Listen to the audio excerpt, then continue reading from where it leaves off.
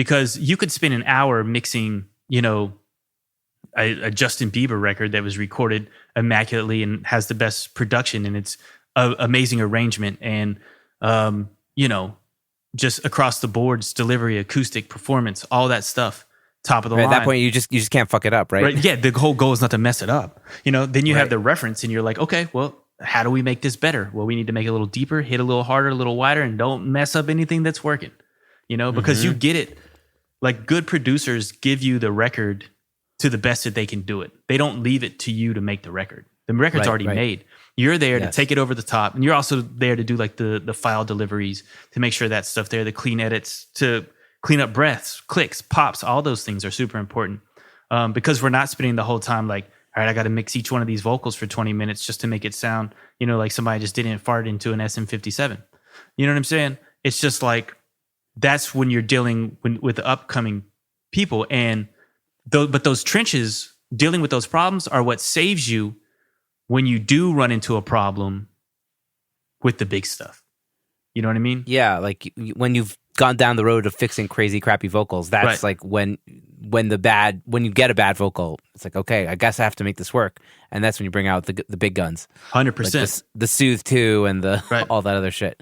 Yeah, I mean, it's like when you're like shifting the phase on something and you're like, this part's here. Or they're, like they went back and recut some of the vocals for half the verse and they did it in a place that was different, that was boxy. And you can tell it. Now we have to match this vocal to the rest of this record, And being in the trenches, dealing with those terrible records when you're like, I'm the worst engineer in the world and I'm trying to make this so much better. That's what'll help you shine once you get to that point too. Yeah. Because I used to always think it, I was like, man, I'm not, how do I get better? I don't seem to be getting better. It wasn't that. It was just, it was program dependent. It was the stuff that was coming in. You really felt a difference when you got to the big labels, that everything was just like... Because it sounded good already. And the artist, like really the artist delivery. So like if you listen to, someone could record like in an environment like I am right now where there's like a lot of ambient noise and all that stuff. They could kill the performance, like just absolutely nail it. And nobody would care at all. Nobody would care. They're like, that is a great song. What a great performance. It's a vibe. That's the vibe. It's bedroom, but it's killer, and that's the difference. So like when I started hearing that, I'm like, okay, even if there are imperfections, I was trying so hard to cover up anything that was getting in the way of like this terribly performed vocal part of this terribly produced thing, just because it's like, well, my name's behind this, so I need to do something. And when I started getting the better stuff, mostly I really started when I was working for Kane Beats. When he was sending stuff, I was like, oh my gosh, like this is top tier. He was BMI Producer of the Year, I think, for 2009 or 2010. That's where I really realized, okay, I'm a lot better engineer than the material that's been given to me. Yes. Yeah, it's really interesting. But it's those trenches, like you said, that kind of give you the skills you really need sometimes. And it's true, because if you're not working on good, well-recorded stuff, it's really hard to feel like you're making progress. And I've been talking about this a bunch recently, of like, people are so excited to record these days that they don't even think twice about like how they're slamming the input on the preamp, and they're just like, let's go, you know what I mean? And so you get these really crappy vocals that you need to fix a lot these days.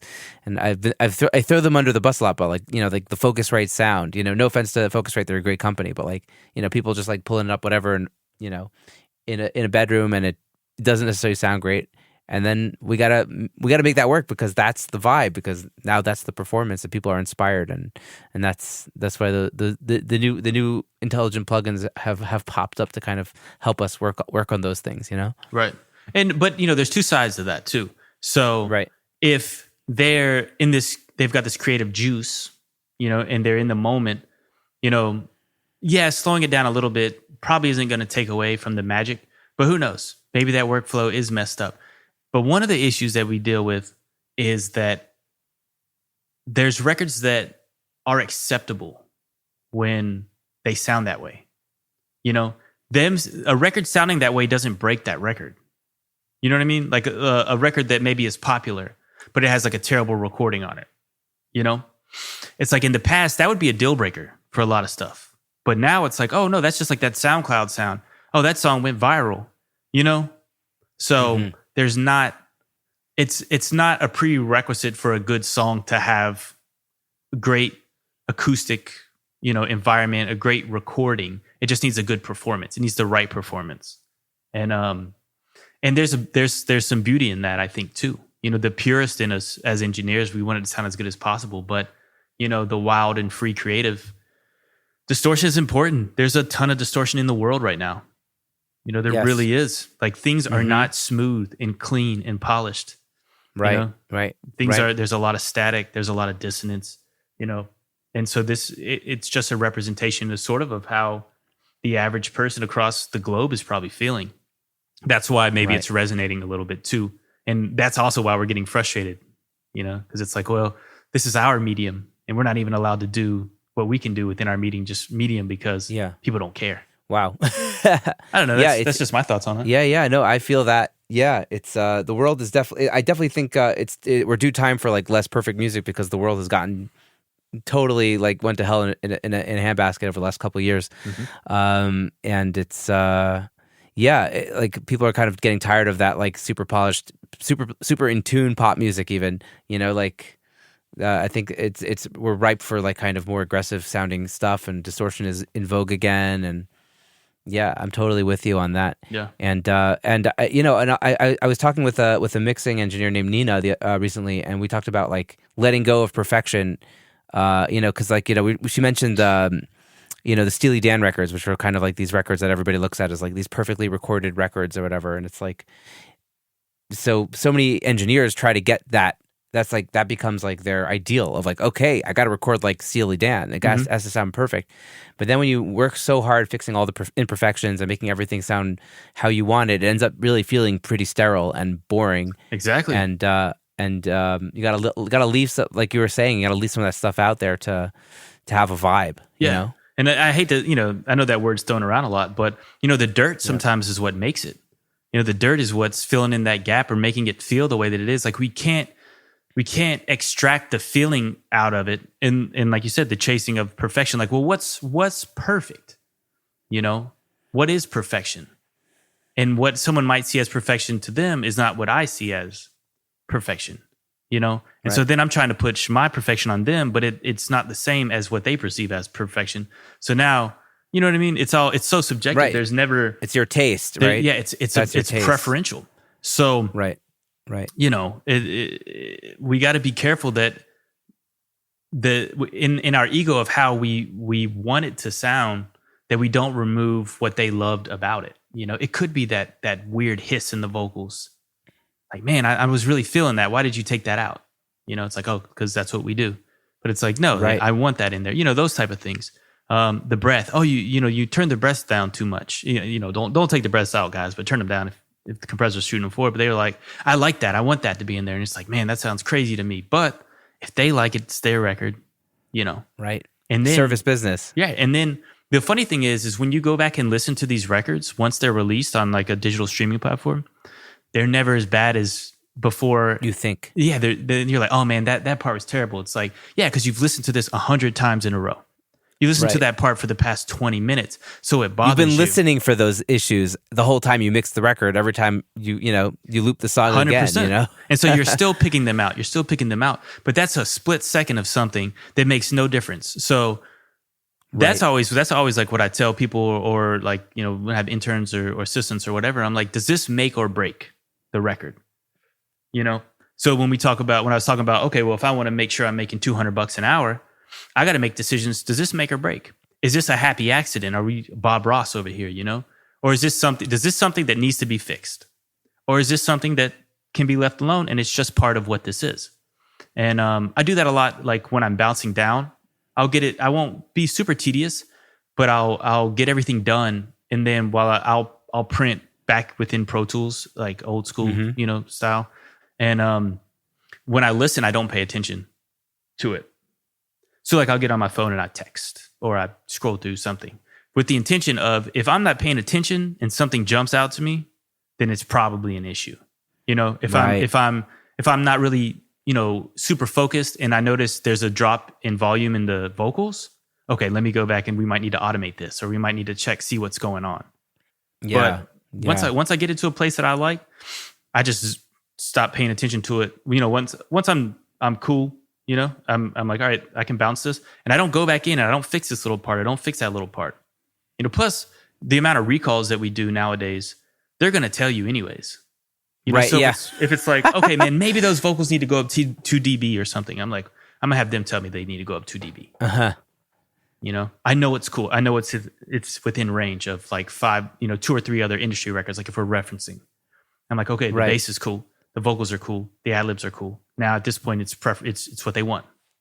Right. And if they want it different, they'll tell you. They'll tell you. They do. And instead of me telling myself, because I'll take it up 2, I'll listen 3/4 of the song, and be like, no, I need to bring it back down 2. Bring it down 2. I'm like, no, maybe it needs to be 2 more down. Like, screw that. I'm just gonna let it fly. It's cool, right? If it wasn't, I would know. If it really needed to be fixed, I'd fix it. Yes. And that's helped me a ton. It helps me save time, and it helps me save energy. Yeah, and it's like that point where you've begun to lose your objectivity, maybe even, and it's like, okay, let's let the artist, who it's their song, be the objective third party to kind of declare one way or another. You know, for sure. But remember, like they're our bosses. They're the people that hired us to do this.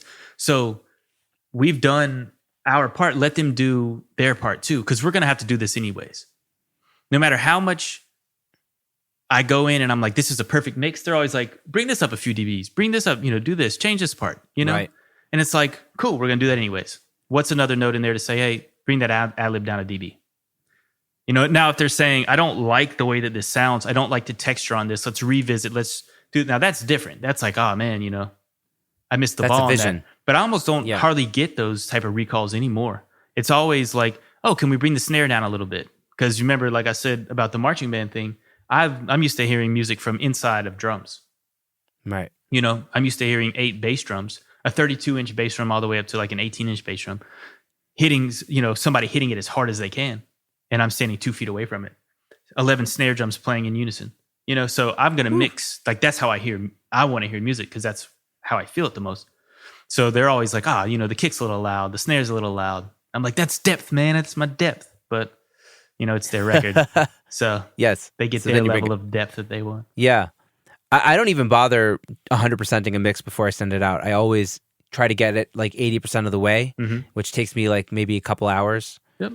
And that's when I'll send it out and be like, is this the right direction? Because if, like 100%. You said, like if the texture's wrong or you know, if I've done the wrong kind of like bass drum thing on it, then that's when I can kind of go back without having gone too far down automation lane or whatever, you know, and like where I've sealed myself too far into a mix, you know what I mean? To kind of go back from the beginning. So I kind of send the 80% in, and then they'll let me know if that's in the right direction, and then I'll kind of like fine tune from there, and then obviously await the revision, so to speak. Yeah, await them for sure. I think that's a really good approach to it. Make sure, not you, but I always make sure when I do that approach that the communication is there. Yes, in it. Exactly. Because if you're not communicating like, hey, this is not the final product. This is where you know, this is the general direction. You know, where are you at with it? How are you feeling? You know, that's better than, you know, just sending them one and they're like, oh, you know, we need to do this. You have to be very clear. Always be clear. Right. I always say like, hey, this is the direction. How do you feel about this? And that's kind of like, okay, cool. We're in the ballpark or we're not in the ballpark. And then it's like, okay, back to the drawing board, or, you know, most often, okay, cool. Let me keep going, you know? Right. That kind of thing. Yeah, totally. Communication is so important. And I mean, and you're going to get revisions. Like that's just like, we're not on analog. We're not having to do hours of, well, some people might, but we're not having to do hours of recall, you know? So what's a few revisions? You know, just to pull it up, make a change, takes 2 minutes, 3 minutes. I love revisions. I tell people all the time, I love it because it always makes the song better in the end of the day. And even if it's like I would have chosen things different, the artist always knows better. And I always find that when they make those choices, the record ends up being better also, you know? Right. Like from my experience, because it's their, you know, because it's their record, but and because they know what's best. Well, up to a certain point, because you will get those clients that maybe you're on the 4th or 5th mix and you're really close, and then all of a sudden it breaks down and they start making you change everything, and then you get to 8 or 9 and they're like, no, it's all over the place now. Like I do have that situation happen sometimes too, and that's hard. But I agree with you